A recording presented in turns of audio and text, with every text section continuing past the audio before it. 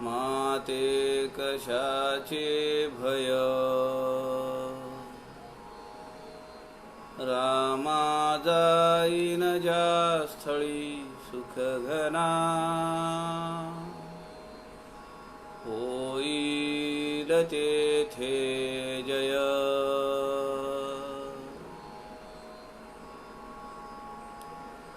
रामाया भुवनात्रयी तुझ विना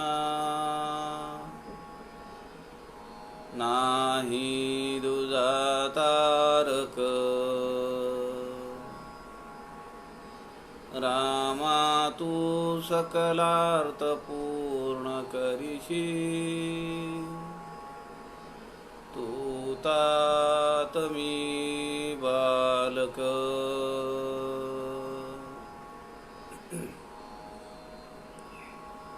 सुका सारिखे पूर्ण वैराग्य ज्याचे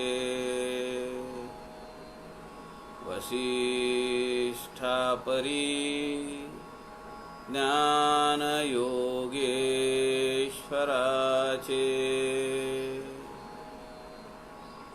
कवी वाल्मिकी सारिखा मान्य ऐसा नमस्कार माझा सद्गुरु रामदासा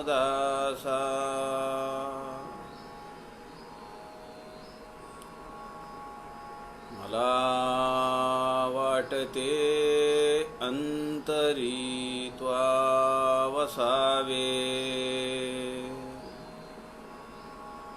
तुझ्या दासबोधासी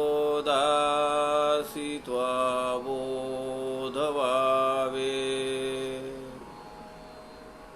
अपत्यापरी पाजवी प्रेमरसा महाराजया सद्गुरु रामदासा जय जय रघुवीर समर्थ सब संतन की जय।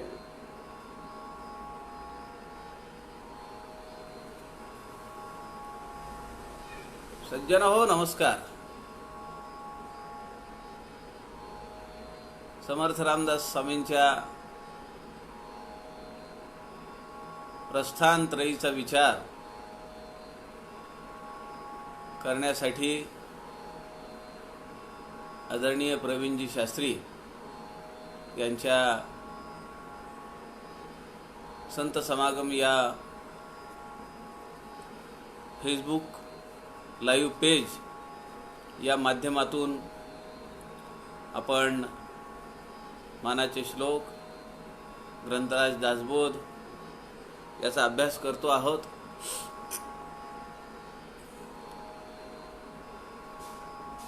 काल आपण या ग्रंथातला 20व्या दशकातला तिसरा समास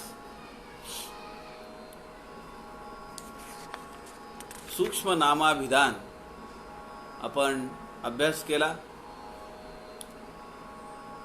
आज दशक 20 समास 4 आत्मा निरूपण हा समास आपण पाहणार आहोत।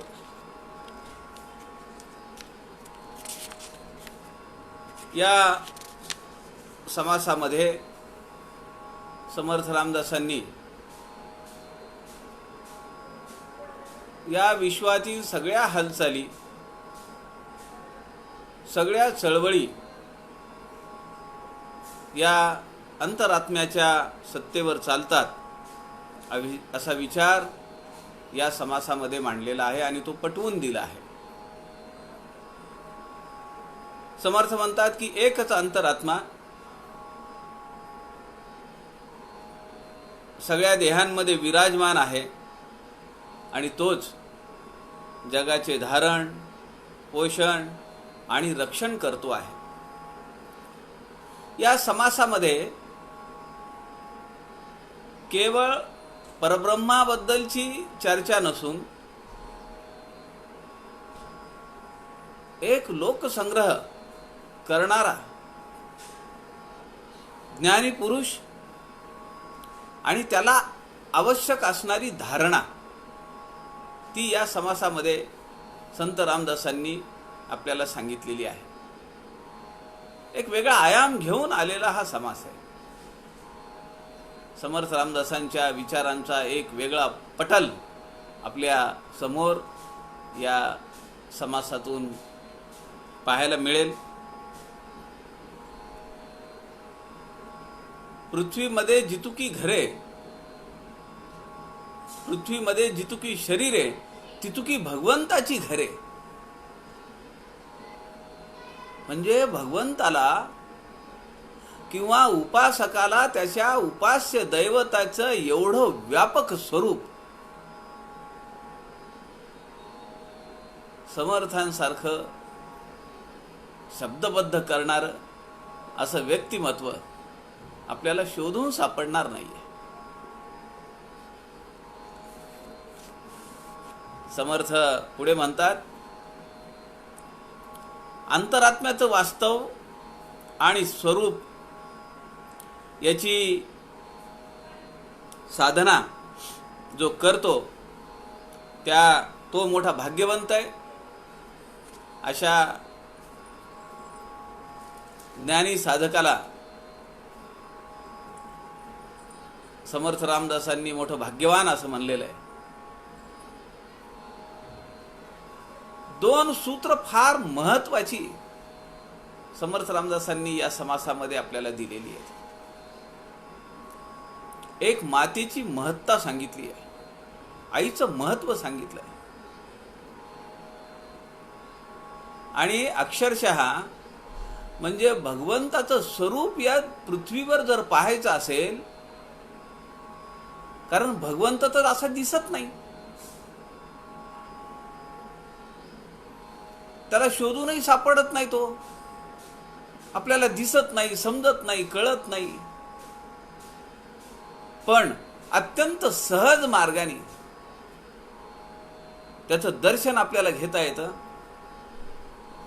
आणि समर्थ म्हणतात ते आपल्या मातेमध्ये दर्शन घेता येतं. यत्न तोची देव जाणावा म्हणणारे समर्थ या ठिकाणी मातेलाच भगवंताचं रूप देत आहेत. आईबद्दल एवढी उदात्त संकल्पना समर्थ रामदासांनी आपल्या समोर या समासामध्ये मांडलेली आहे. ओवी क्रमांक 15 ते 22 मध्ये ज्या अंतरात्म्याची उपासना करायची आहे तो ज्ञान स्वरूप आहे आणि त्याची उपासना करत करत तो आणि मी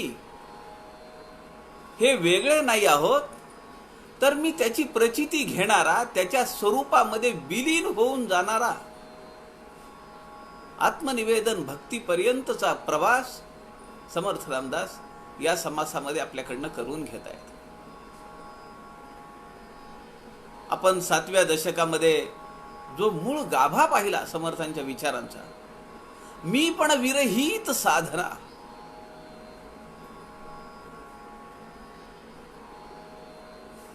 ती मी पण विरहित साधना आणि त्या साधनेची फलश्रुती जे उपास्य दैवत आहे त्याची प्रचिती, त्याची तदाकारता, त्याचा अनुभव समर्थ रामदासांनी या समासाद्वारे आपल्याला घेण्यास सांगितलेला आहे. सज्जनांनो, या समासातली 26वी ओवी जी आहे ती लोकांना मुखपाठ आहे. पण मला वाटत नाही की ज्यांना ज्यांना ही ओवी मुखपाठ आहे त्यांच्यापैकी किती जणांना माहिती आहे की ही ओवी समर्थांची आहे. ज्याप्रमाणे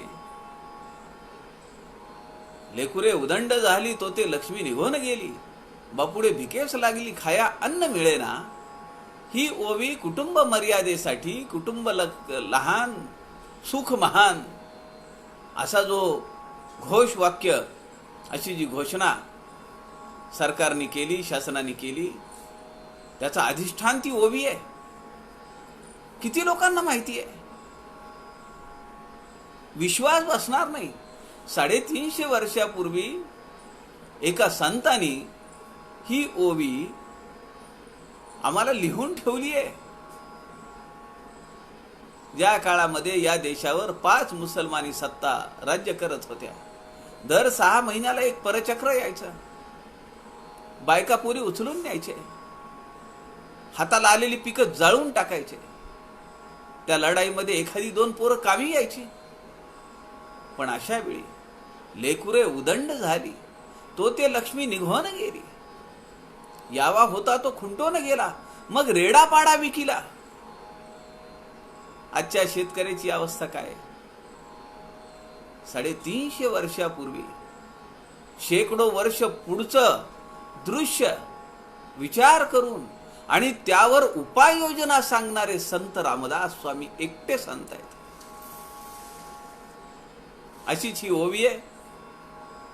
सामर्थ्य आहे चळवळीचे. लोक चळवळीचे म्हणतात. सामर्थ्य आहे चळवळीचे. फार मोठा विचार या एका ओवी, ह्या एका ओवीमध्ये अख्खा दासबोध आलेला आहे. या एका ओवीमध्ये अख्खा दासबोध आहे. ज्ञानी महंत लोकसंग्रहासाठी लोकसंग्रह करत, ज्ञानोत्तर उपासना करत, राष्ट्रोद्धारासाठी झटतो आहे. हे सगळं चरित्र ह्या एका ओवीत आहे. अत्यंत गोड ओवी आहे, अत्यंत अर्थपूर्ण आहे आणि अनेक जणांना मुखपाठ असलेली ओवी आहे. पण त्या बेटांना माहितीच नाही की ही ओवी समर्थ रामदासांची आहे.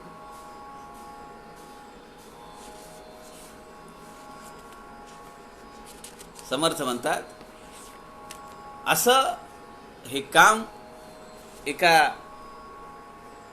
व्यक्तीकडनं होतं आणि ती व्यक्ती जी आहे ती जीवात्म्याच्या रूपाने आहे. म्हणून या समासाचं नाव आहे आत्मा निरूपण. दशक 20वा, समास 4 आपण वाचूया. खूप अर्थपूर्ण समास आहे. ज्याला जसा अर्थ गवसेल तसा तो यातून काढू शकतो. एखाद्या ज्ञानी सिद्ध पुरुषाला निर्गुणाची प्राप्ती करून देणारा हा समास आहे. एखाद्याला लोकसंघटन वाढवायचं असेल, त्याच्यासाठी लोकसंग्रह कसा करावा, त्याची या समासामध्ये सगळी सूत्र आहेत. एखाद्याला उपासना करायची आहे, साधना करायची आहे आणि त्या उपासनेतून उपास्य दैवताला मिळवून घ्यायचे, त्याच्यासाठी हा समास आहे. एखाद्याला एक चळवळ उभी करायची आहे, देशव्यापी, अखिल विश्वव्यापी, देश का विश्वव्यापी चळवळ, रामकृष्ण मठांची चळवळ. 114 देशांमध्ये मठ आहेत. विश्वव्यापी चळवळ आहे ती. अशी चळवळ केवळ अशा विचारांच्या अधिष्ठानावरच निर्माण होऊ शकते. एवढा मोठा स्रोत, एवढा मोठा वारसा, एवढी मोठी परंपरा आम्हाला आमच्या भाग्याने समर्थ रामदासांच्या माध्यमातून मिळालेली आहे. आपण आपल्या शेवटच्या श्वासापर्यंत या वाङ्मयाचा ध्यास, या वाङ्मयाची आस सोडता कामा नये. या समास आपण वाचूया.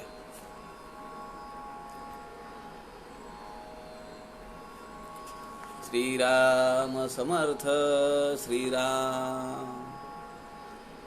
सकळ जनास प्रार्थना, उगेच उदास करावे ना, निरूपण आणावे मना, प्रत्ययाचे श्रीराम. प्रत्यय राहिला एकीकडे, आपण धावतो भलतेकडे. तरी सारा साराचे निवाडे, कैसे होती श्रीराम. समर्थ म्हणताय सकळ जनास प्रार्थना, नम्र भाव घेतलेला आहे. समर्थ रामदासांनी दासबोधामध्ये किमान 15 वेळा आपल्याकडे अत्यंतिक नम्र भाव घेतलाय. क्षमा करावे असं लिहिलंय. श्रुती क्षमा करावे बहु बोलिले म्हणून, वारंवार सांगितलं म्हणून मला माफ करा. मी पुन्हा पुन्हा तो विषय मांडतोय म्हणून तुम्ही मला रागावू नका. इथं प्रार्थनाच केली आहे. एवढा अद्वितीय अलौकिक अद्भुत ग्रंथ लिहिला आणि समर्थ म्हणतात सगळ्या जनांना प्रार्थना. जे ऐकणारे आहेत त्यांना, जे ऐकणारे नाहीत त्यांना. कारण सगळी काय आहे ती त्या भगवंताची लेकरं आहेत. हा परका संताच्या जवळ नसतं हो चालत. ते जेवढी तुमची व्यापक भूमिका होईल, तुमच्या मनाची व्यापकता होईल, तेव्हा तुमचे संकुचित विचार बाजूला गळून पडतात. गळून पडले पाहिजेत. आणि ते जर गळून पडत नसतील तर कसली साधना, कसली उपासना. काही करायचं नाही. मी बरोबर रस्त्यावर चाललोय का, माझी साधना मी करतो आहे का व्यवस्थित, हे जर पाहायचं असेल तर काही जास्त आवश्यकता नाहीये. एक 10 मिनिट बाजूला बसा आणि आठवून पहा, या 3 महिन्यात किंवा या महिन्यात शेवटच्या किंवा या आठवड्यात, एवढं तर पाहू शकतो का नाही, या आठवड्यात मागच्या सोमवारपासून आज रविवारपर्यंत मी किती ठिकाणी दुखावलो, मला किती ठिकाणी अपमान झाला असं वाटलं, मी माझा अहंकाराचा टेंबा किती मिरवला, मला का नाही सांगितलं, मला का नाही विचारलं, मला का नाही घेतलं तुमच्या सोबत, असं किती वेळा वाटलं. तो मला न बोलता निघून गेला, मला न सांगता करून गेला, हे किती वेळा वाटलं. एवढाच विचार करायचा. आणि जेवढी यादी मोठी असेल तेवढा अहंकार आणि त्याचा तो काय घनीभूतपणा आहे त्या अहंकाराचा, तो तेवढा जास्त आहे असं समजायला हरकत नाही. एवढा ग्रंथ लिहिला, एवढा अलौकिक ज्ञान आम्हाला दिलं. कुठेही म्हणलं नाही की मी रामदास हे तुम्हाला सांगतोय म्हणून.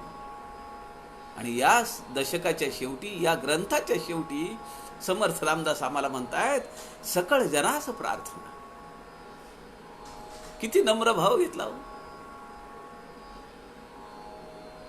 एवढा नम्र भाव आम्हाला घेता येईल का? का आमचा अहंकार उफाळून येतो?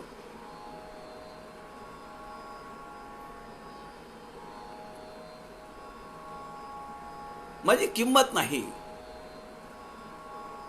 माझं महत्व तुम्हाला वाटत नाही.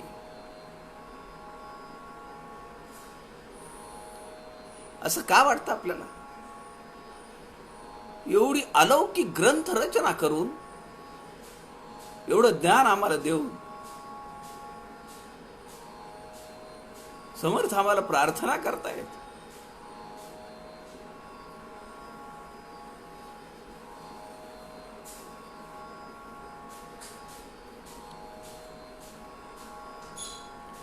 सकळ जनास प्रार्थना, उगेच उदास करावे ना, निरूपण आणावे मना, प्रत्ययाचे श्रीराम.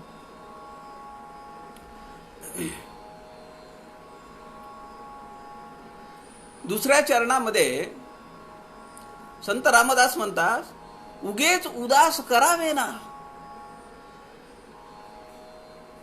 याचे दोन अर्थ आहेत. एक अर्थ आहे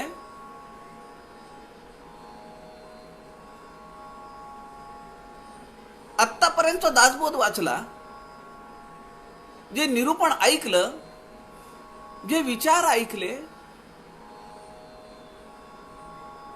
त्यावरून फार उदास वृत्ती अंगी आलेली आहे असा दिखाऊपणा करू नका.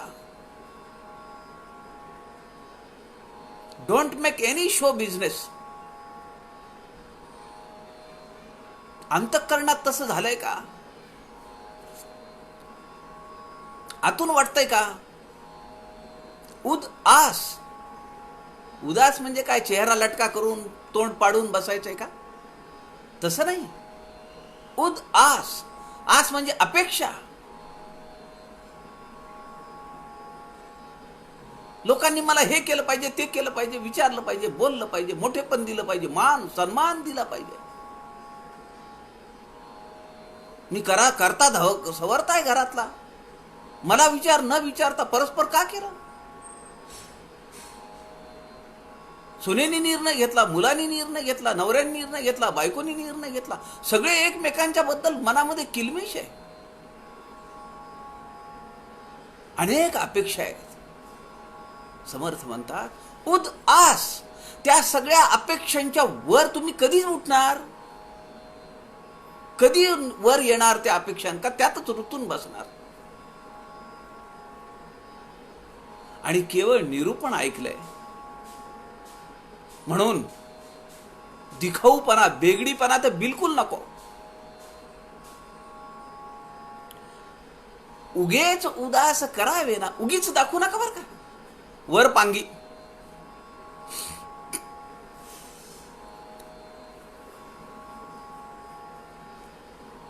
वरवरचा दिखाऊपणा नको, दिखाऊ उदासपणा नको.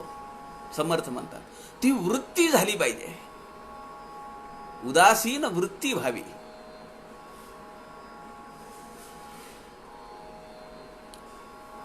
मुळामध्ये राग नसला पाहिजे,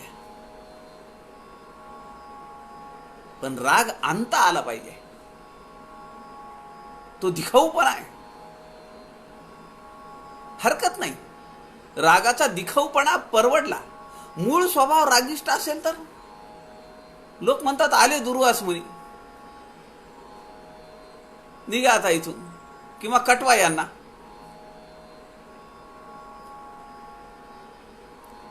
उगेच उदास करावे ना, दिखाऊपणा नका दाखवू, उदास वृत्ती मला बेगडी नका दाखवू. हा पहिला अर्थ झाला. आणि दुसरा अर्थ आहे, मी तुम्हाला एवढं बोललो, एवढं सांगितलं, तुम्हाला असं वाटेल की मी तुमच्या दोषांवर बोट ठेवलंय. मी तुम्हाला मूर्ख म्हणालो, मी तुम्हाला पडत मूर्ख म्हणालो, मी तुम्हाला संसार करता येत नाही म्हणालो, तुम्हाला काय काय बोललो मी.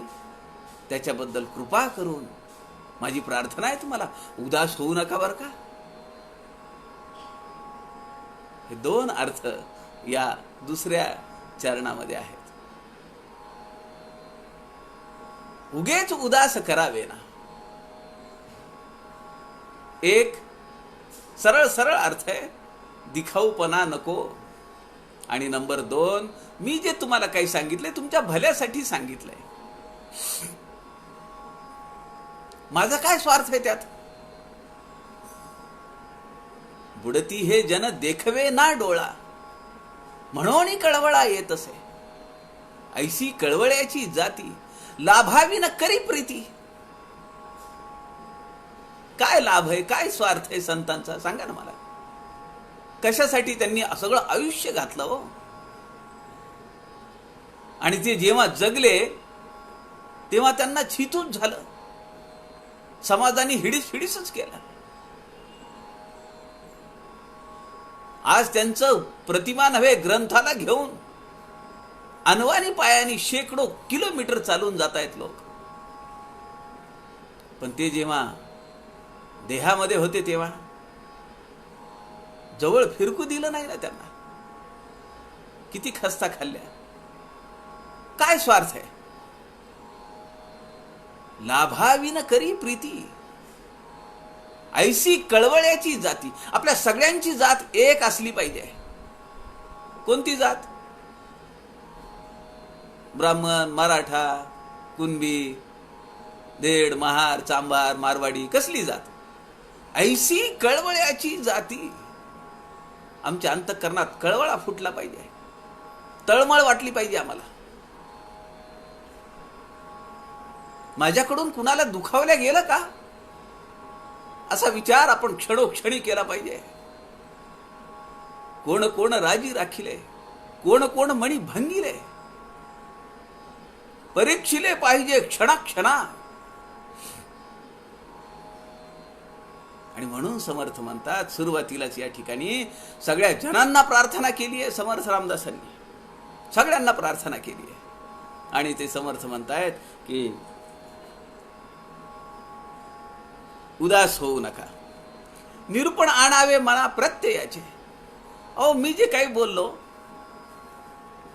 त्याचा प्रत्यय तर घ्या, त्याचा अनुभव तर घ्या. मग तुम्हाला काय वाटतंय ते बघा, तुम्ही विचार करा. मी जे काही ग्रंथ रचला, मी जे काही काम उभं केलंय तुमच्या समोर, त्यात माझा काय स्वार्थ आहे, याचा अनुभव घ्या, याचा विचार करा, यावर चिंतन करा, मनन करा, श्रवण करा, जमला तर निधिध्यास करा, आचरणात आणा.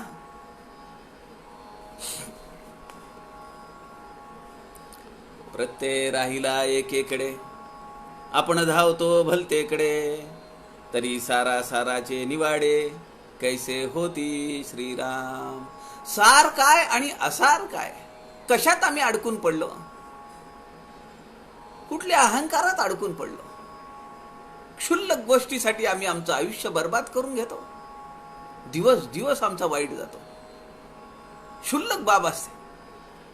असं वाटतं की एवढा मोठा प्रसंग, एवढा मोठा घात झालाय का, आता माझा जीव जातो का राहतो. असे प्रसंग येतात ना आपल्या आयुष्यात. किती वेळा आले हो, असंख्य वेळा आलेत. असं वाटतं सगळं संपलं आता. पण काही दिवसामध्ये नंतर त्याचा एवढा विसर पडतो की लोकांनी आठवण करून द्यावी लागते. काय तेव्हा तुम्ही परेशान झाला होता हो, काय तुम्ही त्रास करून घेतला त्या काळामध्ये, काय तुमची परिस्थिती होती हो. ते म्हणल्यानंतर आठवतो, अरे हो खरंच की. म्हणून समर्थ म्हणतात, प्रत्यय राहिला एकेकडे, विचार, अनुभव, चिंतन, मनन एकीकडे राहिलंय. आपण धावतो भलतेकडे. जायचंय आम्हाला देवाच्या आळंदीला आणि बसलोय गाडीत आम्ही चोराच्या आळंदीच्या गाडीत. कसं शक्य आहे. आपण धावतो भलतेकडे. धावतो या शब्दाला महत्व आहे. विचार हा एका ठिकाणी बसून करायचा असतो. पळताना, चालताना, काम करताना विचार नाही होत. म्हणून कार्यकर्ते म्हणतात, बैठक झाली पाहिजे. आमच्या सगळ्याला बैठक आहे. आमच्या संगीताला बैठक आहे, देवपूजेला बैठक आहे, विचार करायला बैठक आहे, आमच्या घरात बैठक आहे. आणि धावणे स्पीड आहे तिथं. प्रत्यय राहिला एकेकडे, आपण धावतो भलतेकडे, तरी सारा साराचे निवाडे कैसे होती. मग आता एवढी धावपळ आम्ही आमच्या मागे लावून घेतली. सकाळी इथं एवढ्या वाजता हे काम करायचं, दुपारी एक मीटिंग आहे, पुन्हा संध्याकाळी एक मीटिंग आहे आणि रात्री एक मीटिंग आहे. अनंत व्याप मागे लावून घेतले. मग वेळ पुरत नाहीये. वेळ पुरत नाहीये तर मग काय, फोनवर बोला, बाहेर जाता येत नाहीये, मग झूम मीटिंग घ्या. तगमग काही शांत होत नाहीये. एके ठिकाणी काही बसा वाटत नाही. शांत तर बसावंच वाटत नाही. काही ना काहीतरी सामर्थ्य आहे चळवळीचे. चळवळ चळवळ वळवळ करायला लागतं. शांतता नाही आहे. बुलेट ट्रेन आल्या, मेट्रो ट्रेन आल्या, एअर जेट आले, 8 पदरी रस्ते आले. किती पळायचं, किती पळायचं. आणि मग एवढी धावपळ करत असताना सारासार विचार कधी करणार की मी ज्याच्यासाठी धावतो आहे त्यात किती सार आहे, का आसाराच्या मागे धावतोय मी, याचा विचार करायला सुद्धा वेळ नाहीये. उगीच पाहता सृष्टी गलबला दिसतो दृष्टी, परी ते राजसत्तेची गोष्टी वेगळीच आहे. श्रीराम समर्थ म्हणताय, उगीच पाहता सृष्टी, काही करू नका. बस स्टँडवर जाऊन बसा. आत्ता नाही, आता लॉकडाऊन आहे, पण गाड्या होतील ना आता 2-3 महिन्यांनी चालू होईल सगळं. दर 100 वर्षाला असं अरिष्ट येतं. जगाची सगळी स्पीड कमी होते, ब्रेक लागतं. भगवंतानी लावलेले स्पीड ब्रेकर आम्ही कुठे जुमानतो. और आम्ही लावलेले स्पीड ब्रेकर आम्ही जुमानत नाही. किती ऍक्सिडेंट होतात स्पीड ब्रेकरवर. स्पीडमध्ये गाडी असते, स्पीड ब्रेकर आहे माहितीच नाही, उडाली गाडी, पडला खाली. पाठीमागचा भरधाव वेग आता यांनी ब्रेक लावला, त्याला माहित नाही, दिली धडकावून.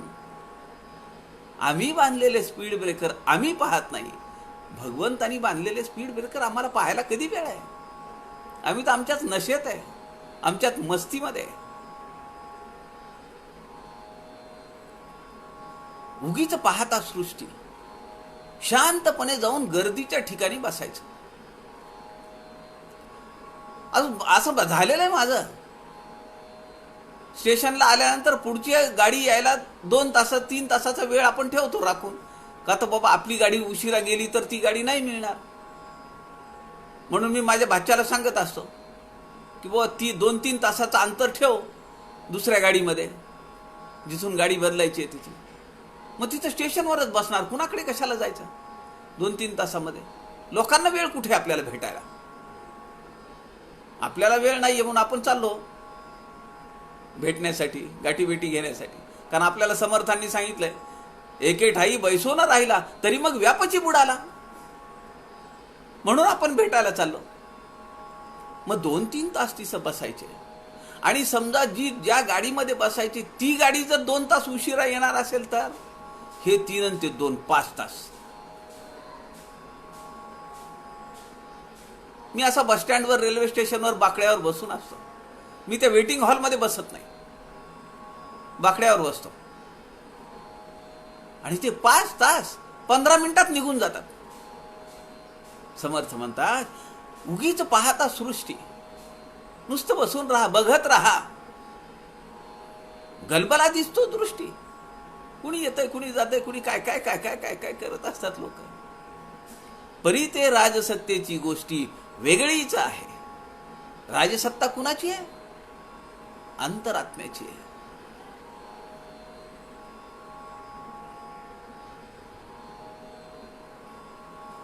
ती अंतरात्म्याची सत्ता ती फार वेगळी आहे. म्हणून त्याचा विचार आपल्याला एकांतात बसून केला पाहिजे. पृथ्वीमध्ये जितुकी शरीरे तितुकी भगवंताची घरे, नाना सुखे येणेद्वारे प्राप्त होती श्रीराम. शिव भावे जीव सेवा. देव केवळ देवळात नाहीये, तर तो समाजामध्ये हीन दीन अडलेल्या नडलेल्या खितपत पडलेल्या माणसामध्ये आहे. त्याला काय हवं नको ते बघा, त्याची विचारपूस करा. ते काम म्हणजे ईश्वराचं काम आहे. ते काम म्हणजे भगवंताचं घर आहे. ते शरीर म्हणजे भगवंताचं घर आहे, त्यात भगवंत आहे. समर्थ म्हणतात, देव देवाळामध्ये लपाला. पहावी घरांची घरे. घरांची घरे कशी काय? घराला घर असतं का? घराला तर घर असते. 8-15 दिवस बाहेर जाऊन बघा, कधी एकदा घरी जाईन, कधी एकदा घरी जाईन. घर घर. पृथ्वीमध्ये जितुकी शरीर आहे. ज्ञानी महंत आहे, सिद्ध पुरुष आहे, साधन मार्गी आहे, ज्ञानोत्तर उपासना करतो आहे. पण तो समाजाभिमुख आहे. समाज शरण वृत्तीनं आपलं आयुष्य जीवन जगतो आहे. पृथ्वीमध्ये जितुकी शरीरे, काय व्यापक विचार आहे बघा ना. तितुकी भगवंताची घरे, ते त्या सगळ्या घरांमध्ये ते शरीर म्हणजे भगवंत आहे. ते घर आहे भगवंताचं आणि त्या घरामध्ये भगवंत आहे. मग तुम्ही त्याची सेवा केली की ती भगवंताला पावते. आकाशात पतितम तोयम, कुठे जातं ते सगळं पाणी? समुद्राला जाऊन मिळतं. समाजामध्ये जो अडलेला आहे, नडलेला आहे, खितपत पडलेला आहे, हीन दीन आहे, त्याला थोडी मदत करणं, त्याला हवं नको ते विचारणं, ही भगवंताची सेवा आहे. नाना सुखे येण्याद्वारे प्राप्त होती श्रीराम. असं जर कुणी काम करत असेल तर त्याला अनेक सुख प्राप्त होतात. समर्थ रामदास म्हणतायत. कशाच्या आधारावर म्हणतायत? भगवंताच्या वचनावर म्हणतायत. ज्ञान यज्ञेन चाप्यन्ये यजंतो मामुपासते एकत्वेन पृथक्त्वेन बहुधा विश्वतो मुखम. ज्ञानी लोक आहेत, यज्ञ करतात, साधना करतात. ज्ञान यज्ञेन चाप्यन्ये यजंतो मामुपासते, अनेक उपासना करत ते मला येऊन मिळतात. पण असे एक लोक आहेत, एकत्वेन पृथक्त्वेन, ते सगळं बाजूला सोडलंय त्यांनी. एकत्वेन पृथक्त्वेन बहुधा विश्वतो मुखम. या विश्वाला माझं मुख मानतात, या विश्वाला माझी अनुभूती मानतात, या विश्वामध्ये माझं स्वरूप पाहतात आणि ते या विश्वाचं, या समाजाचं काम करतात. ते डायरेक्ट मला येऊन मिळतात. कुणी एजंट लागत नाही त्यांना, डायरेक्ट. भगवंताचं वचन आहे गीतेमध्ये, त्याचा आधार घेऊन समर्थ सांगतायत सगळी सुख मिळवून देईल तो. योगक्षेमं वहाम्यहम अनन्याश्चिंतयन्तो माम ये जना पर्युपासते तेषां नित्याभियुक्तानं योगक्षेमं वहाम्यहम.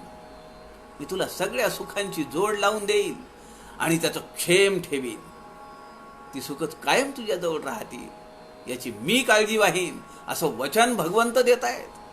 त्या वचनाच्या आधारावर समर्थ म्हणतायत पृथ्वीमध्ये जितुकी शरीरे तितुकी भगवंताची घरे. नाना सुखे येण्याद्वारे प्राप्त होती. त्याचं हवं नको ते बघा, तुम्हाला भगवंताची सगळी सुख प्राप्त होती.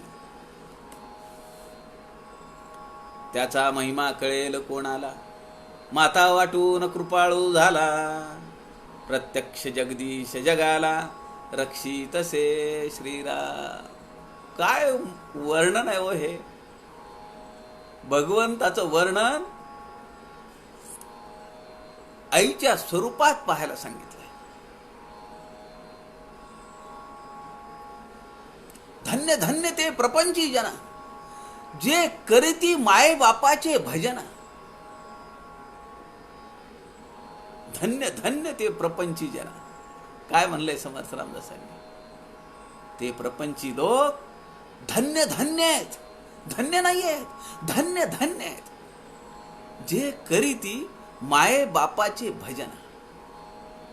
म्हणजे टाळ घेऊन भजन करायचंय का? आई वडिलाचं नाव घ्यायचंय आणि त्यांना वृद्धाश्रमात ठेवायचंय?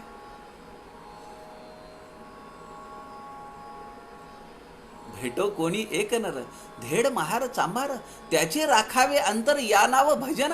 आता भजनाची शब्द अर्थ समजला का? त्याचं अंतःकरण राखलं पाहिजे, त्याचा विश्वास संपादन करता आला पाहिजे. आई वडिलाला वाटलं पाहिजे की ह्याच्याकडे राहिलं की मला सुख आहे.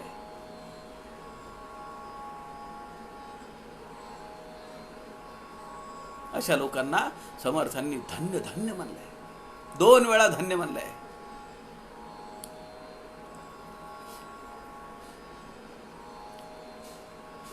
जो जन्मला जयाचे उदरी तयासीच विरोध करी सखी मानुली अंतुरी तो एक मूर्ख. धन्य धन्य म्हणलंय आणि एकीकडे मूर्ख मानलंय. लग्न झाले की वर्ष दीड वर्षामध्ये वेगळं घर. जन्मला जयाचे उदरी, तयासीच विरोध करी. तुला काही समजत नाही म्हणतो. तू बसून राहा एका जागेवर, जास्त बोलू नको, मध्ये पडू नको. अनुभव येतो का नाही आपल्याला? समाजामध्ये अशी खूप लोक आहेत. 350 वर्षापूर्वी सुद्धा असंच होता. ते समर्थ रामदासांनी पाहिलं, ऑब्झर्व केलं आणि शब्दबद्ध करून ठेवलं. आणि त्यात आपल्याला म्हणतायत शुद्ध वाचणे, लिहिणे, अर्थांतर सांगणे, रीड, राईट, इंटरप्रिट. घ्या तुमचे तुम्ही, काय तुम्हाला योग्य वाटेल ते. मी सांगायचं काम केलंय. म्हणून समर्थ म्हणतात उदास होऊ नका.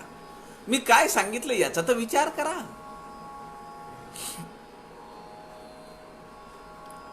त्याचा महिमा कळेल कोणाला. कुणाचा? त्याचा म्हणजे कुणाचा? त्या भगवंताचा, की ज्याने आम्हाला वचन दिलंय, योगक्षेमं वहाम्यहम्, शिव भावे जीव सेवा कर,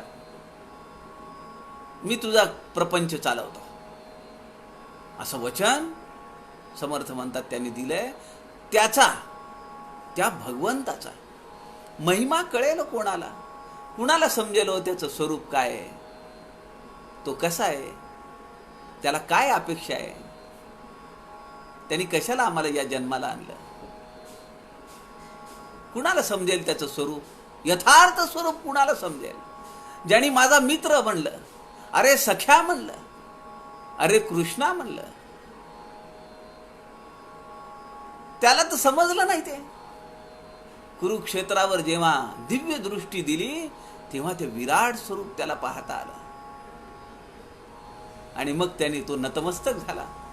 मी चुकलो, मी अत्यंत अपराधी आहे तुझा, मी तुला काय काय बोललो रे. सगळेच अर्जुन होऊ शकतात का? सगळ्यांनाच दिव्य दृष्टी मिळू शकते का? आणि मिळाली तर ती पचवायची शक्ती तरी आहे का? म्हणून समर्थ म्हणतात त्याचा महिमा कळेल कोणाला. माता वाटून कृपाळू झाला, तो मातेच्या रूपात आला आणि त्यांनी आपल्यावर कृपा केली आहे.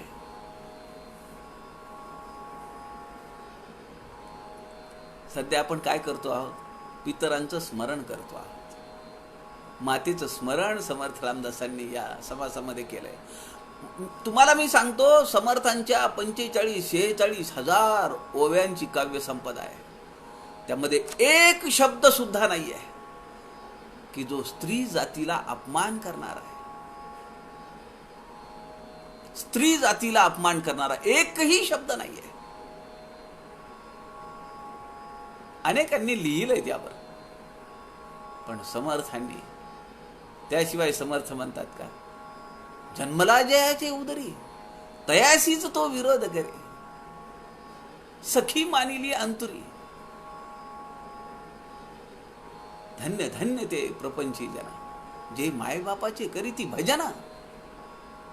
माता वाटून कृपाळू झाला, मातेच्या रूपामध्ये तो आहे. आणि त्या मातेला जर आपण जवळ केलं, आईला जर 4 शब्द चांगले बोलले, 4 घास खाऊ घातले, आणि तिला जर पाहिजे ती औषध वेळेवर आणून दिली, तर भगवंताची कृपा काय पुढे हो. माता वाटून कृपाळू झाला, प्रत्यक्ष जगदीश जगाला रक्षित असे. मातेच्या रूपामध्ये तो जगाचं रक्षण करतो. सगुण परीक्षा अ व कड आपल्या डोळ्यासमोर आणा. 4 लग्न केली, सुख नाही मिळालं. कुरूप अथवा कुलक्षण, माते समान नाही महान.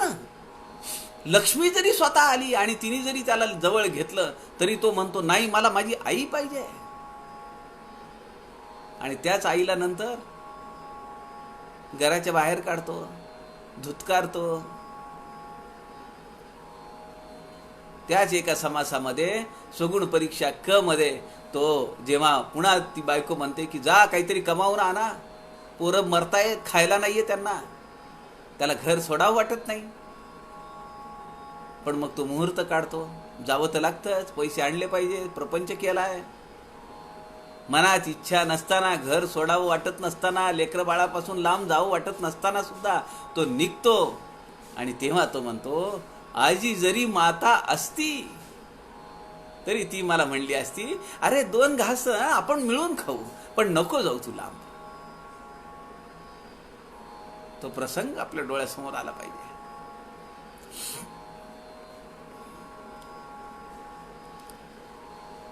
सत्ता पृथ्वीमध्ये वाटली, जेथे तेथे विभागली, कळेने सृष्टी चालिली, भगवंताचे श्रीराम.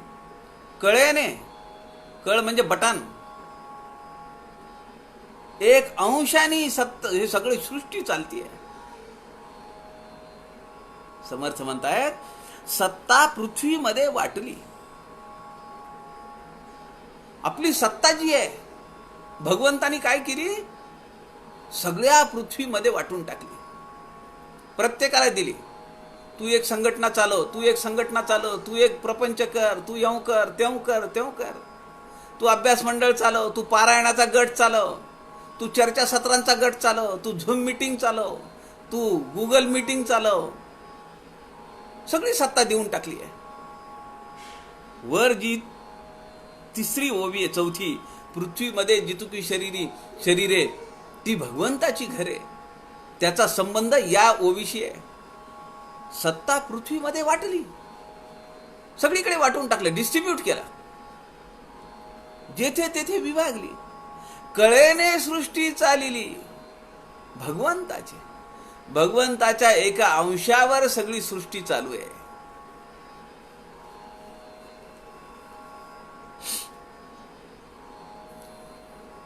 गीतेतला अध्याय 10 श्लोक 42.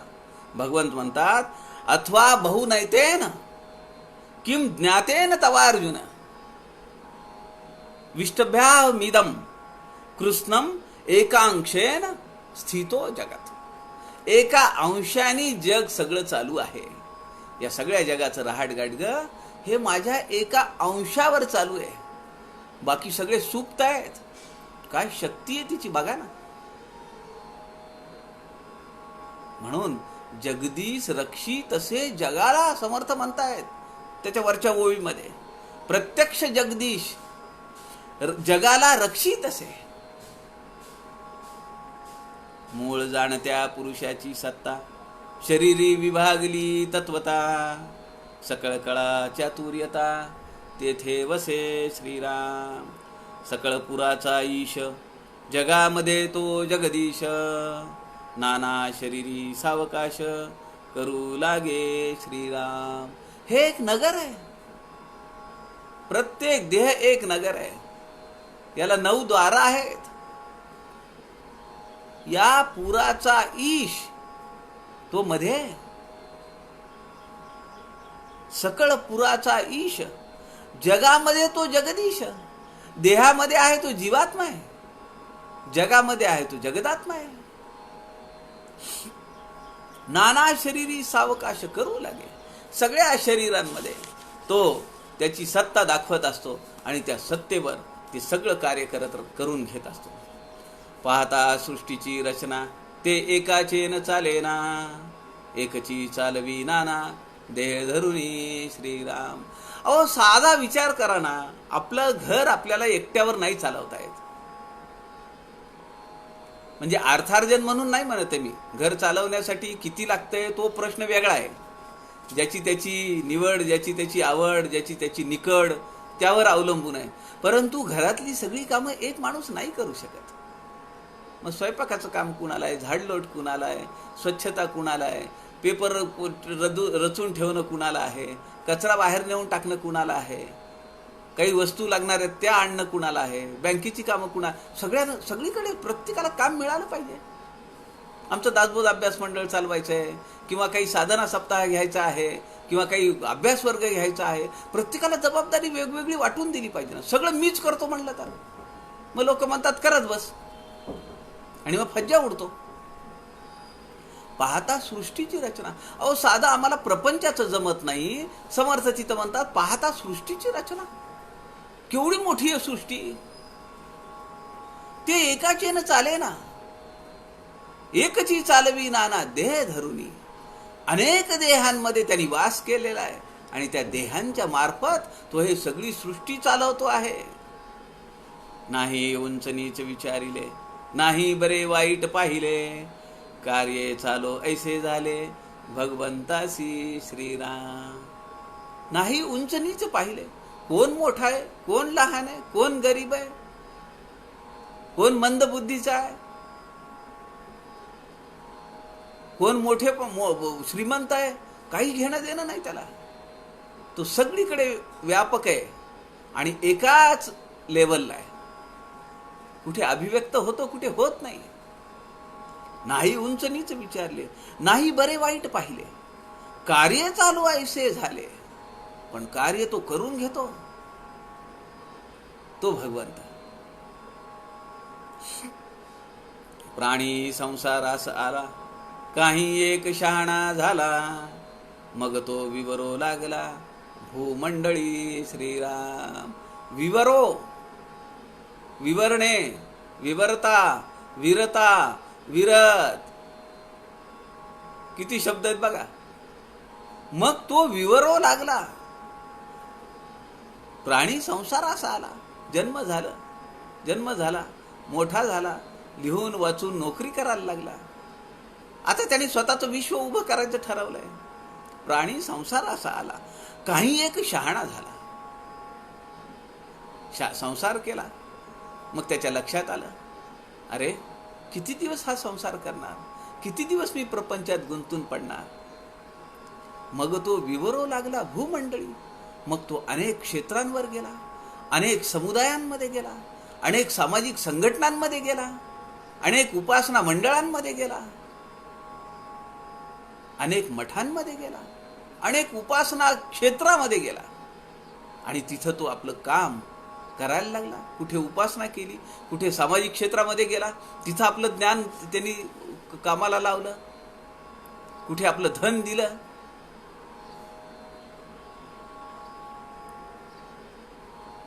प्रगट रामाचे निशाण, आत्माराम ज्ञान घन, विश्वंभर विद्यमान, भाग्ये कळे श्रीराम. समर्थ म्हणता की असं जरी सगळं असलं पण फार महत् भाग्यानी समजतं. भाग्य कळे, भाग्यानी कळतं. काय? सगळीकडे एकच एक आत्माराम नटलेला आहे. पहा माझे स्वरूप सिद्ध, आत्माराम दास बोध. सगळीकडे तो नटलेला आहे. प्रगट रामाचे निशाण, त्याचा झेंडा पहा, त्याची ओळख पहा, त्याचं चिन्ह पहा. आणि ते प्रगट आहे, त्याची प्रचिती घ्यावी लागते, तेव्हा ते प्रगट होतं. प्रगट रामाचे निशाण, भाग्याने होतं हे. प्रगट रामाचे निशाण, आत्माराम ज्ञान घन. तो आत्माराम ज्ञान स्वरूप आहे. आता समर्थांना आम्हाला ज्ञानाकडे न्यायचं आहे.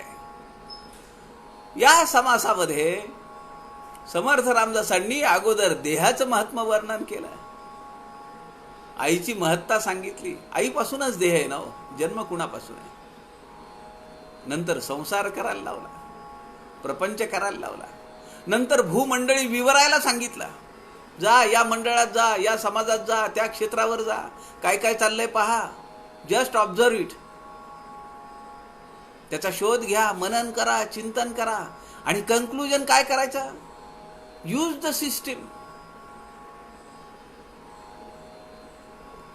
Work for the system, get the results and leave the system. Result काय? आत्माराम ज्ञान घन. आत्माराम कसा आहे? ज्ञान घन आहे. त्याचं स्वरूप दुसरं तिसरं काही नाहीये, ज्ञानाचं स्वरूप आहे. ते परब्रह्माचं स्वरूप आहे. माझ्या स्वरूपाचं ज्ञान मला होणं हे खरं ज्ञान आहे. बहुधा ज्ञानामध्ये आपण पाहिलं, यादी करावी लागेल. 100-125 ज्ञानाची यादी समर्थांनी सांगितली. आणि समर्थ त्या प्रत्येक ओळीमध्ये म्हणतात, हे ज्ञान नव्हे, हे ज्ञान नव्हे, हे ज्ञान नव्हे, हे ज्ञान नव्हे. मग कोणतं ज्ञान आहे? पहावे आपणासी आपण. ज्ञान म्हणजे पहावे आपणासी आपण. मला पाहायचं म्हणजे काय? आरशात पाहायचंय का? मोबाईल समोर ठेवलेला मी दिसतोच आहे ना मला. हे ज्ञान आहे का? माझं मूळ स्वरूप मला पाहता आलं पाहिजे. फार अप्स अँड डीप्स आहेत या समासामध्ये, ते आपल्याला लक्षात आले पाहिजे. या ठिकाणी समर्थांनी आपलं स्वरूप पाहण्यासाठी सांगितलंय. आत्माराम ज्ञान घन विश्वंभर विद्यमान भाग्य कळे. भाग्याने कळतं की तो विश्वंभराच्या रूपाने आहे. बघा, दुसऱ्या चरणामध्ये म्हणतात आत्माराम ज्ञान घन आहे, तो घनीभूत आहे. ज्ञानाच्या स्वरूपात आहे. आणि लगेच म्हणतात विश्वंभर विद्यमान. विश्वामध्ये तो विद्यमान आहे, विश्वामध्ये भरून राहिलेला आहे.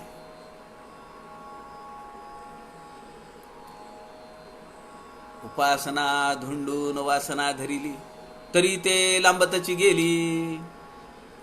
महिमा न कळे बोलिली, यथार्थ आहे श्रीराम. फार गहन अर्थ आहे या चरणामध्ये. उपासना धुंडून वासना धरिली. एक उपासना आम्ही करतो आहोत, ती सोडली. उपासना धुंडून वासना धरिली. कसली वासना धरली?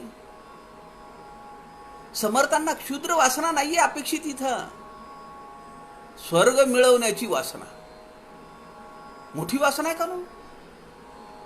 मला नाही विचारलं, मला नाही सांगितलं, मला नाही बोललं, मला कुणी विचारलं नाही, मला त्याच्यात घेतलं नाही, मला कल्पना दिली नाही.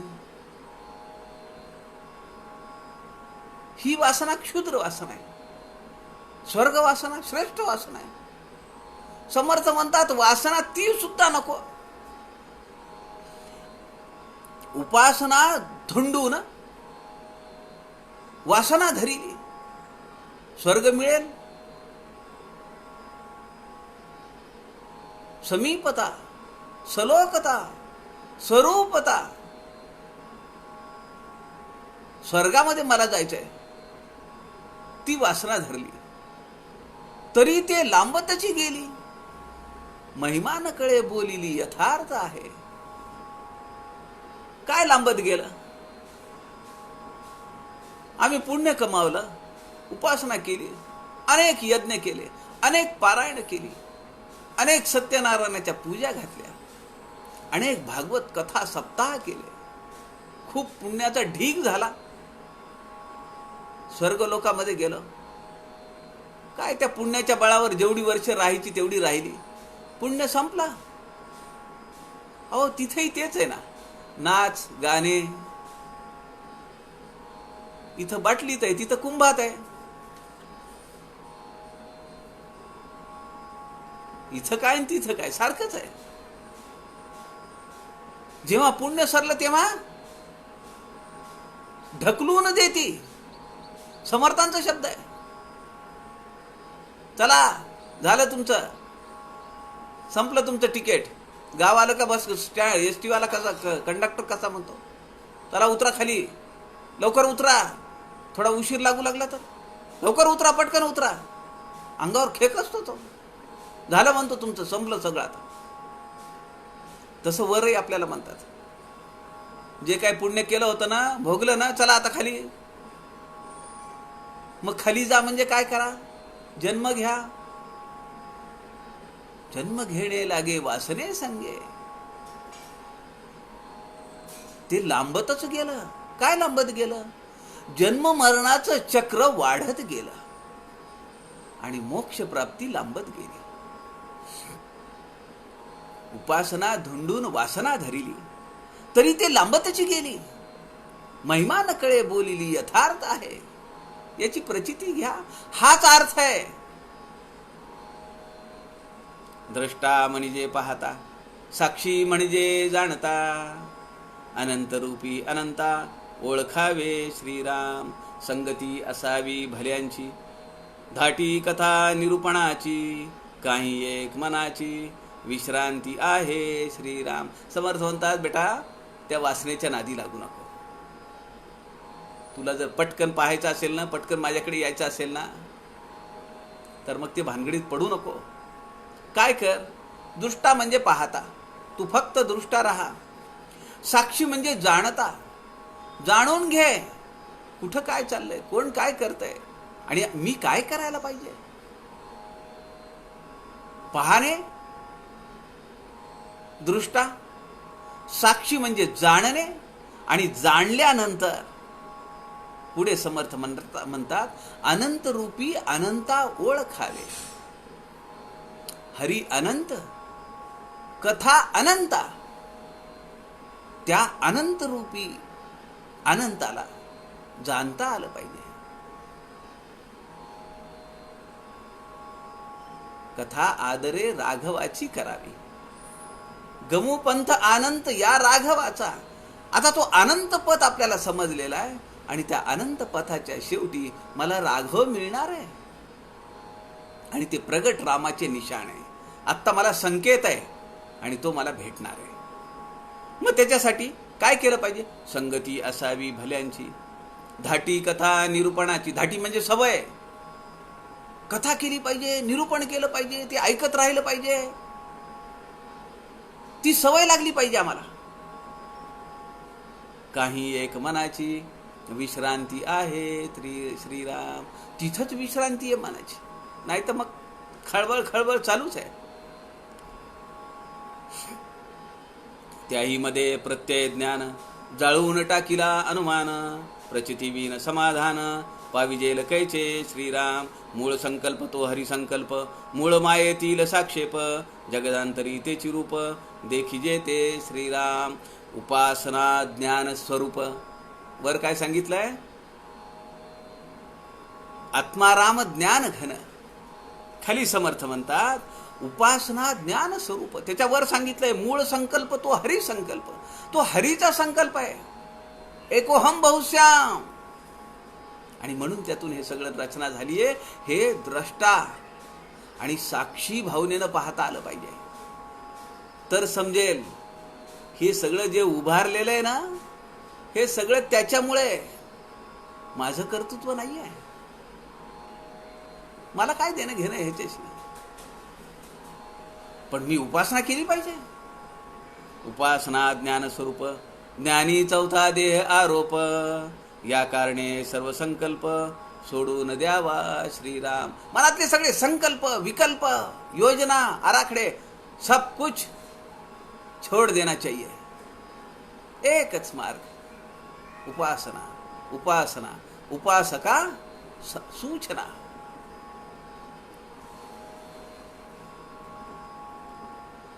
पुढे परब्रह्म विशाळ, गगनासारिखे पोकळ, घन पातळ कोमळ, काय म्हणावे श्रीराम. उपासना म्हणजे ज्ञान, ज्ञाने पाविजे निरंजन, योगियांचे समाधान, येणे रीती श्रीराम.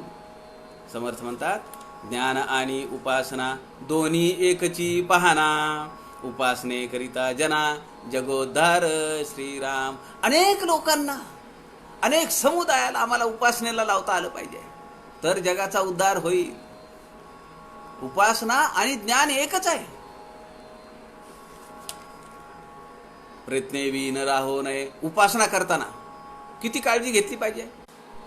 प्रयत्नेवी न राहो नये, आळसदृष्टी आणू नये, देह असता पाहो नये, वियोग उपासनेचा श्रीराम. जोपर्यंत देहात आपण आहोत तोपर्यंत उपासना सोडली नाही पाहिजे. उपासना शोधून पाहिली, तो ते विश्वपाळीती झाली, न कळे लीळा परीक्षिली, न वचे कोणा श्रीराम. माझी उपासना म्हणजे माझा देव, म्हणजे माझं उपास्य दैवत, ते विश्वपाळीती झालं पाहिजे. त्यांनी विश्वाचं पालन केलं पाहिजे, विश्वाचा उद्धार केला पाहिजे. असा केलाय ना समर्थांनी त्यांच्या जीव. आता हे शेवटच्या ओव्यांमध्ये तेच आहे सगळं.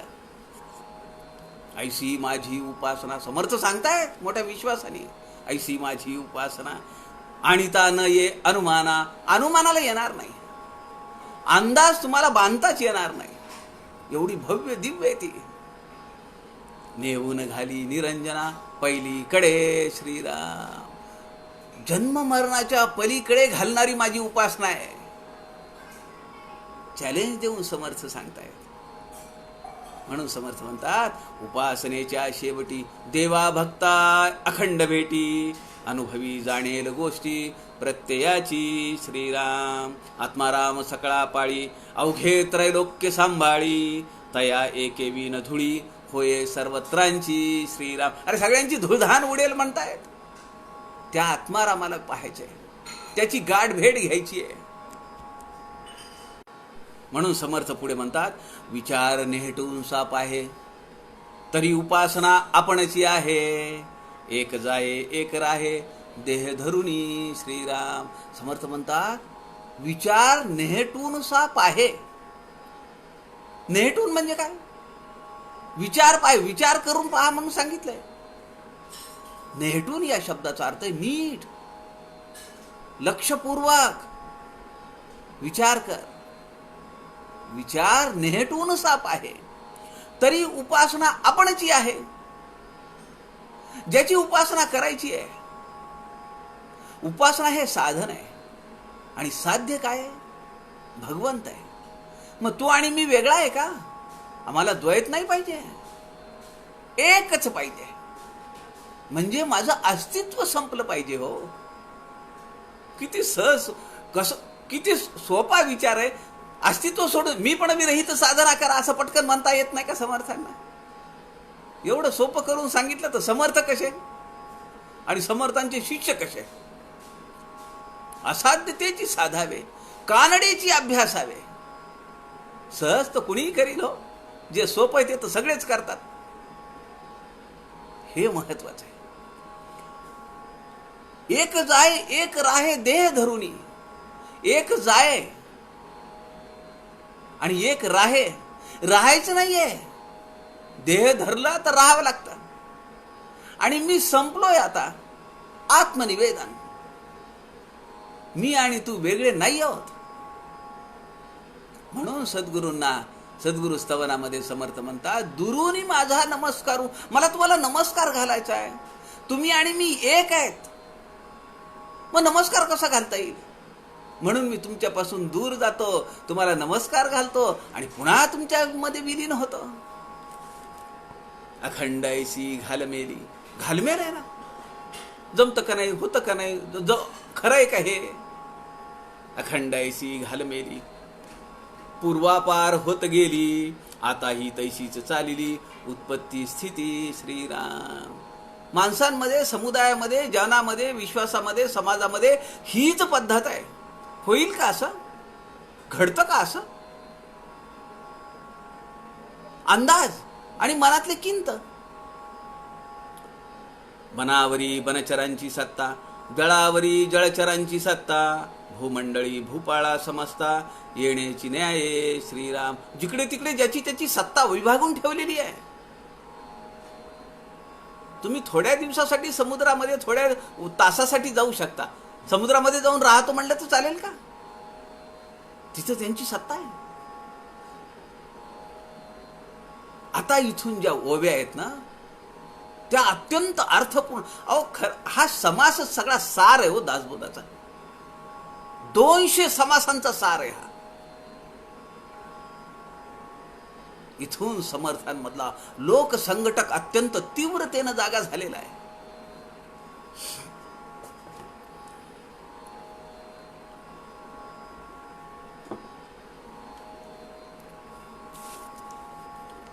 समर्थ म्हणतायत, सामर्थ्य आहे चळवळेचे, जो जो करील तयाचे, परंतु येथे भगवंताचे अधिष्ठान पाहिजे श्रीराम. मी मागे एकदा आपल्याला म्हणालो की जे जे आपणासी ठावे असं लोक म्हणतात, तर ते जितुके आपणासी ठावे तितुके हळूहळू शिकवावे, शहाणे करून सोडावे, सकल जन नव्हे बहुत जन. तसं या ठिकाणी लोक काय म्हणतात? सामर्थ्य आहे चळवळीचे, चळवळीचे नव्हे चळवळेचे. चळवळे हा शब्द अत्यंत वेगळा आहे. समर्थांना काय अभिप्रेत या अर्थातून, या शब्दातून, ते आपण पाहूया. पण आता ही ओवी अशी आहे की सामर्थ्य आहे चळवळेचे, जो जो करील तयाचे. ज्याला ज्याला करावं वाटेल त्याला त्याला हे यश मिळणार आहे. परंतु येथे तेथे नव्हे. लोक ती एक चूक करतात. परंतु तेथे भगवंताचे अधिष्ठान पाहिजे. अरे तेथे कशाला? तू इथं आहे आणि भगवंत तिथं राहून चालेल का? तुझं माझ्या जवळ पाहिजे, माझ्या आत पाहिजे. आणि काही दिवसानंतर मी त्याच्यात पाहिजे. म्हणजे मी नसलो पाहिजे. मी पण विरहित साधना. एवढा आत्मविलोप आम्हाला या जन्मात जमेल का? प्रयत्न करायला काय हरकत आहे? आपण प्रयत्न केला पाहिजे. मान सन्मान अपमान, वाईट बोललंय कोणी, विचारलं नाही कुणी, नेव्हर माइंड.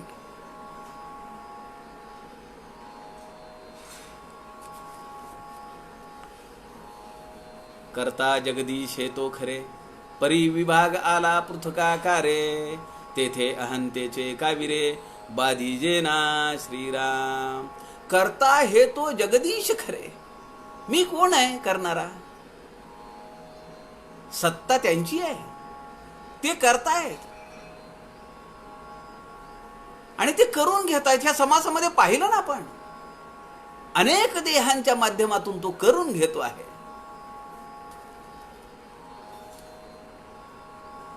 करता जगदीश हे तो खरे, परी विभाग आला पृथकाकारे.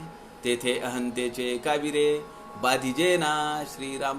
जर आमची धारणा ही असेल की तुम्ही जे करताय ते योग्य आहे, तुम्ही सुरेख करताय, सांगा माझा काय वाटा आहे, असं का नाही वाटत? मग अहंतेचे काविरे येणार नाही. समर्थ म्हणतात तेथे अहंतेचे काविरे बाधिजे ना. त्या अहंकाराची बाधा तिथं होणार नाही. पण ते पटलं पाहिजे. हरिर्दाता हरिर्भोक्ता, ऐसे चालते तत्वता. ये गोष्टीचा आता विचार पहावा श्रीराम. हरिर्दाता हरिर्भोक्ता. देणारा हरी आहे, हरिर्दाता. हरिर्भोक्ता, भोक्ता हरीच आहे, भगवंतच आहे. एका देहातून भगवंत देतो आहे, दुसऱ्या देहामध्ये भगवंत भोगतो आहे. मी आला कुठून? समर्थ म्हणतात एक प्रकृती एक पुरुष जगदाकारू, तिसरा आणीला चोरू मध्ये कोण? हा तिसरा मी कुठून आणला? चोट्या, हा चोर कुठून आला? हरिर्दाता हरिर्भोक्ता, ऐसे चालता तत्वता. ये गोष्टीचा आता विचार पहावा श्रीराम. विचार करून पहा म्हणतायत. सकळ करता परमेश्वरू, आपला माईक विचारू. जैसे कळेल तैसे करू, जगदांतरे श्रीराम. आता जसं जमेल तसं, तुम्हाला जसं कळेल तसं वागा रे बाबा. असंच आहे शेवटी. समर्थ म्हणतात सकळ करता परमेश्वर, तो सगळं करतो आहे. आपला माईक विचारू. आपण आहे 2 दिवसांचा देव, त्रैलोक्याचा देव, बहुता काळाचा. त्रैलोक्य त्यासी ठावे. आम्हाला काय माहिती आहे? उद्याचं काही समजत नाही आम्हाला. 2 दिवसामध्ये किती नाटकं होतात. देवाच्या आयुष्याच्या समोर आपलं आयुष्य किती आहे?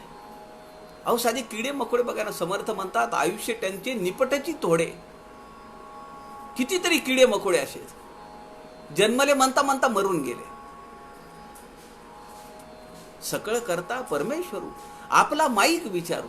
माईक मिथ्या, नाशिवंत, नथिंग, या कश्चित.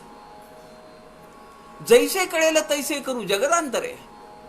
आता जसं जमेल, आपली जशी मती तशी गती, त्याप्रमाणे वागूया. देवा एवढे चपळ नाही, ब्रह्मा एवढे निश्चळ नाही. पायरीने पायरी चढवून पाही मूळपर्यंत श्रीराम.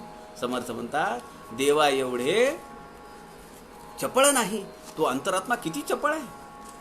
ब्रह्मा एवढे निश्चळ नाही. परब्रह्म हे अत्यंत निश्चळ आहे, अक्रिय आहे, निरवयव आहे. आता ही जी ओवी आहे, सामर्थ्य आहे चळवळीचे. खरं तर वेळ पुरणार नाहीये, पण आपण जरा घाईने जाऊया. 5-10 मिनिट जरा जादा. आज 4 वाजता काही कुठला कार्यक्रम नाहीये संत समागमवर. सामर्थ्य आहे चळवळीचे, जो जो करील तयाचे. हे समर्थ वचन 1910-20च्या दरम्यान फार प्रसिद्धीला आलं. प्रत्येक जण त्या या वाक्याला वापरायला लागला. विशेषतः राजकीय चळवळी त्याला हे अधिष्ठान आलं. प्रत्येक राजकीय काँग्रेस पक्षाच्या मी मागे आपण त्याची चर्चा केलेली आहे. नानासाहेब देवांना सांगितलं महंताची लक्षणं द्या लिहून. का? आमच्या काँग्रेस पक्षाचा कार्यकर्ता कसा असला पाहिजे त्याची आचारसंहिता घेऊ. आता काही संबंध आहे का? आत्ताचा जर त्या पक्षाचा कार्यकर्ता बघितला आणि समर्थांचा महंत बघितला तर जमीन आसमानाचं अंतर आहे. सामाजिक चळवळ, औद्योगिक चळवळ, धार्मिक चळवळ अशा सगळ्या गोष्टींना चळवळ शब्द वापरायला चालू केला. सगळीकडे प्रसिद्ध झाला.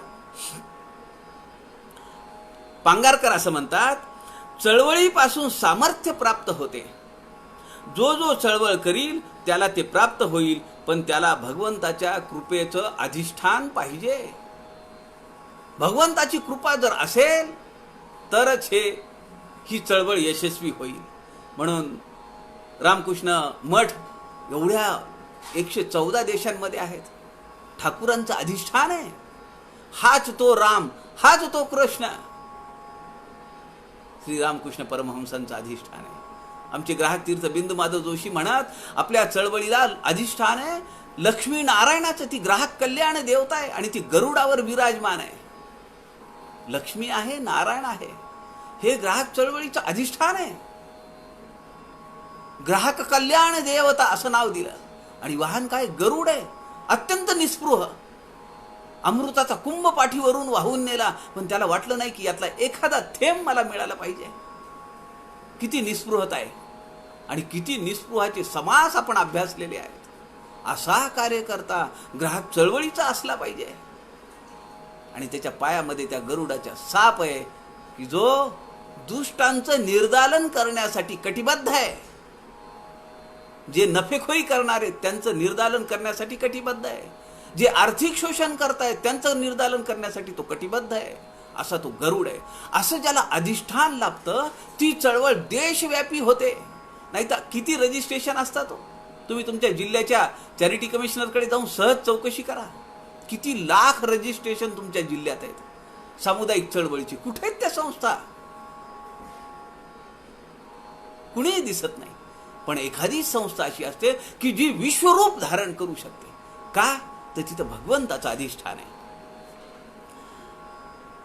गुढार्थ दीपिकेमध्ये आदरणीय आठले असं म्हणतात, सर्वव्यापी भगवत सत्तेची महती नरदेहामध्ये विशेष आहे. आपण सुरुवातीला पाहिलंय सगळ्या देहांमध्ये त्यांनी वाटणी केली आहे आणि माता वाटून कृपाळू झाला. सगळ्या देहांमध्ये, सगळ्या प्राण्यांमध्ये त्याची सत्ता आहे, पण नरदेहामध्ये ती विशेष आहे. म्हणून या ठिकाणी आठले शास्त्री असं म्हणतात, सर्वव्यापी भगवत सत्तेची महती नरदेहामध्ये विशेष असल्यामुळे ती सत्ता वाढविण्याची, चळवळ करण्याची अधिकार शक्ती जो नरदेहधारी मिळविल त्याला ती सहज साध्य होऊ शकते. आपल्याला नरदेह मिळालेला आहे. आपल्याला एक चळवळ वाढवता आली पाहिजे.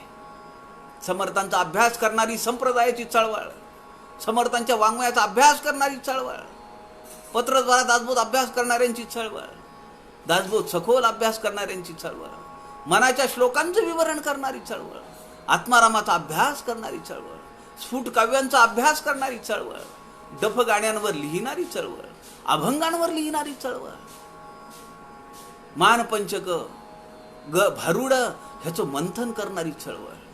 अशा अनेक चळवळी आपल्याला उभ्या करता येतात आणि ते या केवळ नरदेहात करता येतात. कारण त्याला अधिष्ठान कुणाचं आहे?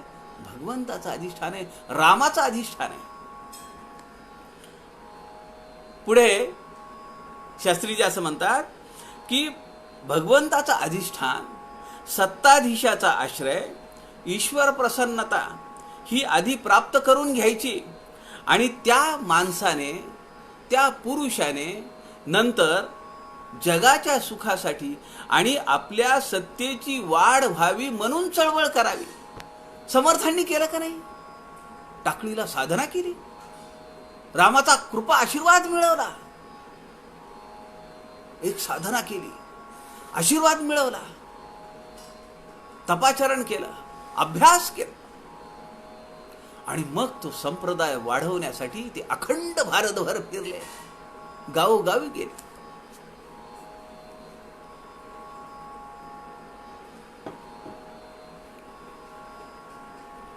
भिक्षा मीसे लहान थोर परीक्षून सोडावी असं म्हणून समर्थांनी ती चळवळ उभी केली, रामाला प्रसन्न केलं, त्याचा आशीर्वाद घेतला आणि मग लोकहितासाठी, समाजाच्या उद्धारासाठी, राष्ट्राच्या उन्नयनासाठी, हिंदवी स्वराज्याच्या निर्माणासाठी त्यांनी सर्व सत्ताधीश देवाला विसरले ते काही काळासाठी आणि चळवळ चालवली. लोकांत लोकसंग्रह 40-42 वर्ष अखंड लोकसंग्रह केला. लोकांना जमवणे, स्वराज्यासाठी रसद म्हणून पाठवून देणे, लोक जमवणे, काय अडचण आहे तुझी, काय दुःख आहे तुला, त्याचं सांत्वन करणे, त्याला जवळ घेणे, पाठीवरनं हात फिरवणे, त्याला हितोपदेशाच्या 4 गोष्टी सांगणे आणि संप्रदायात ओढून घेणे. किती मोठी चळवळ चालवली. 1100 मठ उभा करणं, 1400 महंत तयार करणं आणि त्या 1400 महंतांनी पुढे किती हजारो महंत तयार केले. अहो, आपण कल्पना करू शकतो का? आमच्याच्यानी आहे ते सांभाळणं होत नाहीये, कारण आम्ही त्या भावनेने पाहतच नाही. आमचे अहंकार फुलून येतात. मी ह्याचा अध्यक्ष, मी त्याचा उपाध्यक्ष, मी त्याचा संघटक, मग माझं का नाही ऐकत? मी एवढी वर्ष काम केलंय संघटनेचं, कशासाठी काम केलं? माझं ऐकत नाही तो, निघून जाई तो.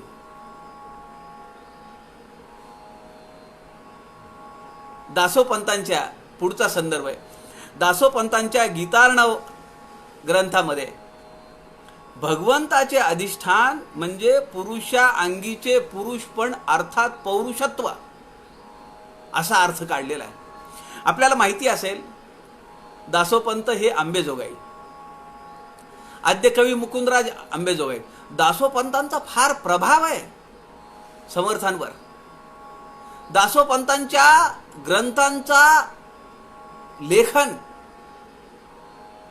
त्याची नकलून काढलेला ग्रंथ समर्थांनी आहे.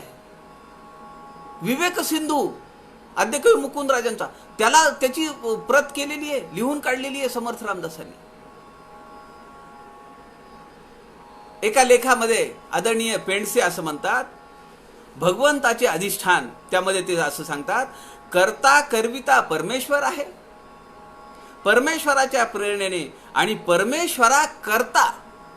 परमेश्वराच्या प्रेरणेने आणि परमेश्वराकरता मी ही चळवळ करीत आहे अशी बुद्धी ठेवून अहंकाराला स्थान न देणे.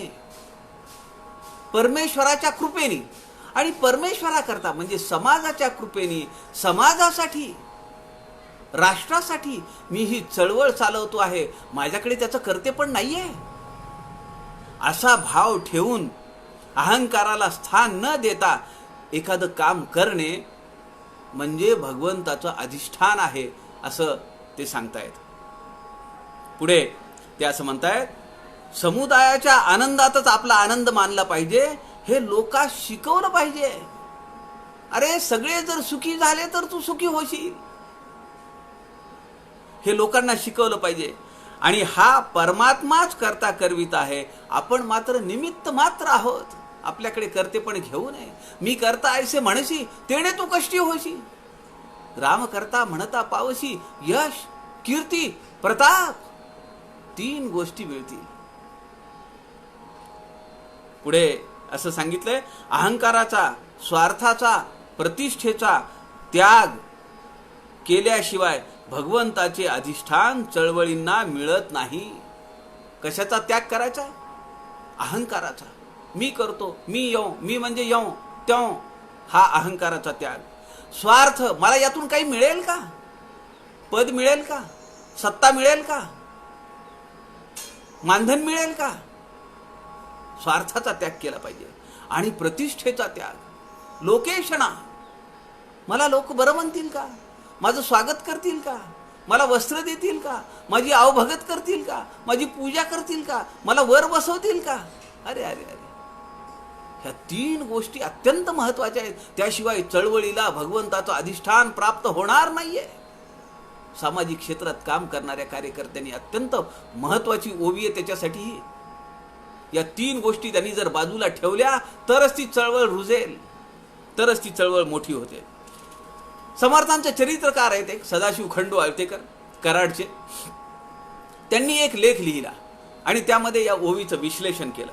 ते म्हणतायत, भगवंताचे त्यांनी जे वर्णन केलेलं या अधिष्ठानावर, तर ते असं म्हणतायत की परमेश्वरावर विश्वास, परमेश्वराची भक्ती,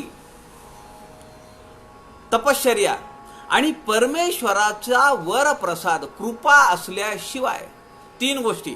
एक, भगवंतावर विश्वास असला पाहिजे, त्याची भक्ती, त्याची तपश्चर्या केली पाहिजे आणि त्याचा आशीर्वाद. समर्थांच्या जीवनामध्ये केवळ 8व्या वर्षी हा लाभ त्यांना झालेला आहे. रामावर अधिष्ठान आहे, रामावर भक्ती आहे, रामावर विश्वास आहे, रामाची साधना केलेली आहे आणि रामाचा आशीर्वाद. जांबेला तुम्ही जाऊन पहा, ते हनुमंताचं मंदिर आहे गावाच्या बाहेर. तिथं रामाचा अनुग्रह सीतामाई सोबत त्यांना प्राप्त झालेला आहे. कुर्मुजी रंगाचं वस्त्र त्यांना दिलेलं आहे, 13 मंत्र दिलेला आहे, रामाची कृपा झाली आहे. म्हणून समर्थ संप्रदाय वाढू शकला. 5 मुसलमान सत्ता इथं राज्य करत असताना 1100 मठ, हजारो हनुमंताची मंदिरं उभा करता येतात.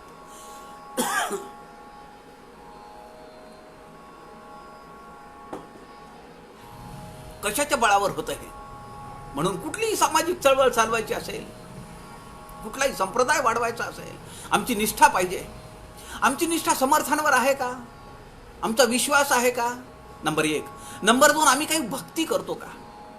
काही उपासना करतो का? आणि नंबर 3, आम्हाला आशीर्वाद मिळालाय का? कुठेतरी प्रचिती येतीये. आशीर्वाद म्हणजे का आमच्या समोर तेवढी आमची पात्रता आहे का? रामानी समोर उभं राहावं, जवळ घ्यावं, डोक्यावरनं मस्तकावरनं हात फिरवावा, पण चुणूक म्हणून, संकेत म्हणून, निशाण म्हणून आम्हाला काही प्रचितीचे आडाखे येत असतात. काही प्रसंगामधून आम्हाला त्याचं अधिष्ठान, त्याची कृपादृष्टी आमच्यावर आहे हे समजतं. तरच माणूस सामाजिक चळवळ रुजू करू शकतो, सामाजिक चळवळ समाजामध्ये पसरवू शकतो. समर्थांनी आधी केले, मग सांगितले, आपल्या सगळ्यांना माहिती आहे. समर्थ जेव्हा सांगतात, सामर्थ्य आहे चळवळीचे, जो करील तयाचे, परंतु येथे भगवंताचे अधिष्ठान पाहिजे. समर्थ केव्हा सांगतात? त्यांनी हे अनुभवलंय, प्रचिती घेतलेली आहे. म्हणून या समासाच्या सुरुवातीला समर्थ म्हणतायत, उदास करू नका. मी काय बोललो त्याची प्रचिती घ्या, त्याचा विचार करा, मनन करा, अनुभव घ्या.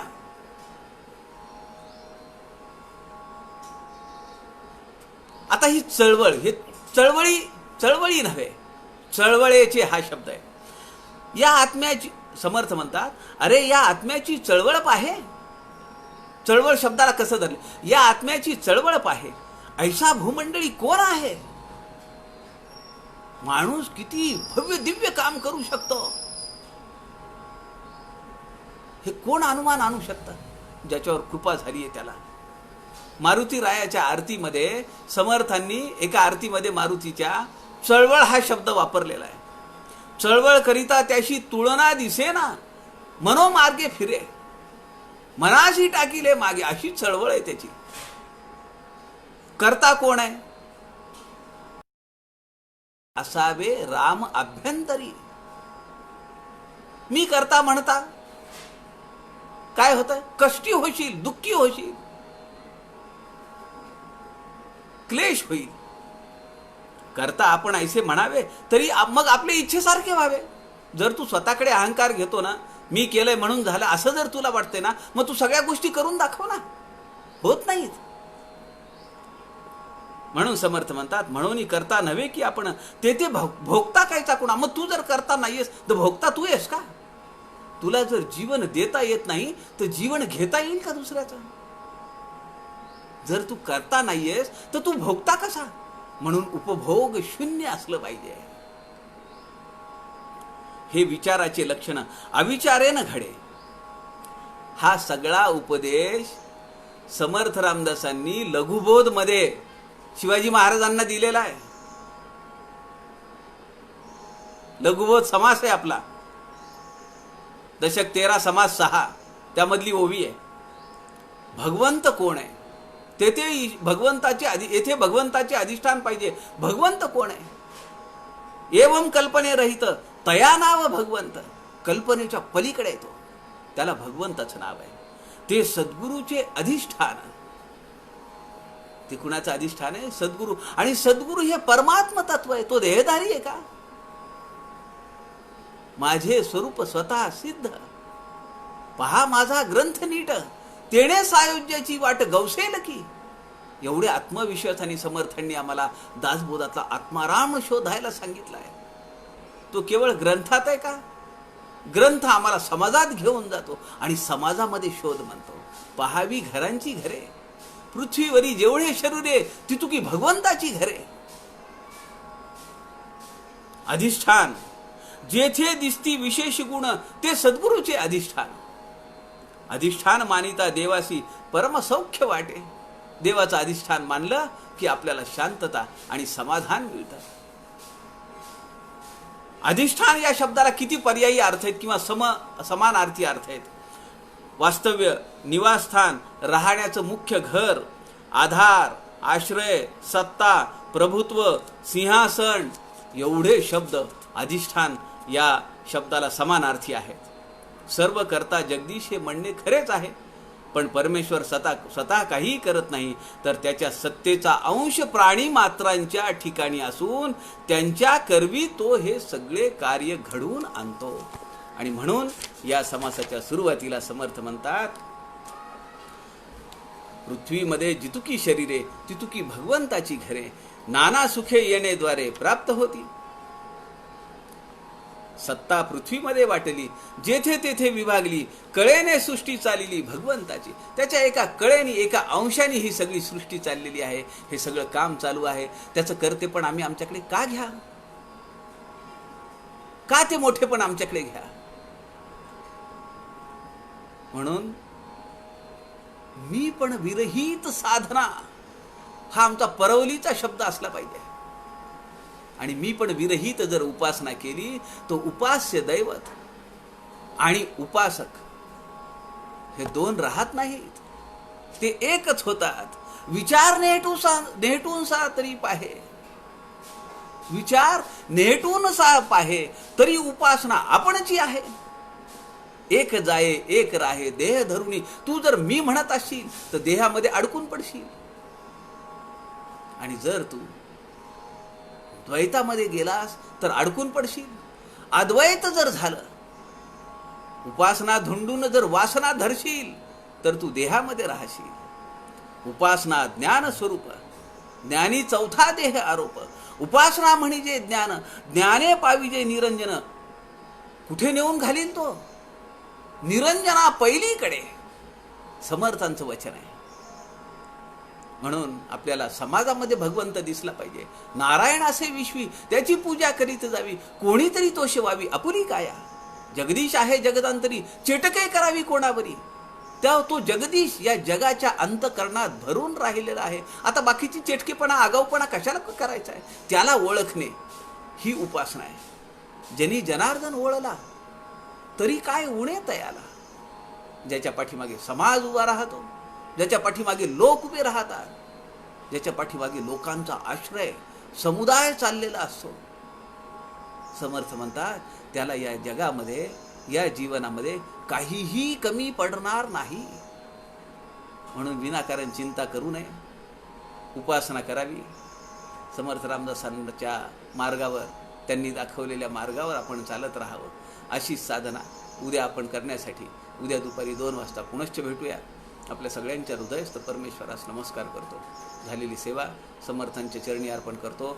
जय जय रघुवीर समर्थ.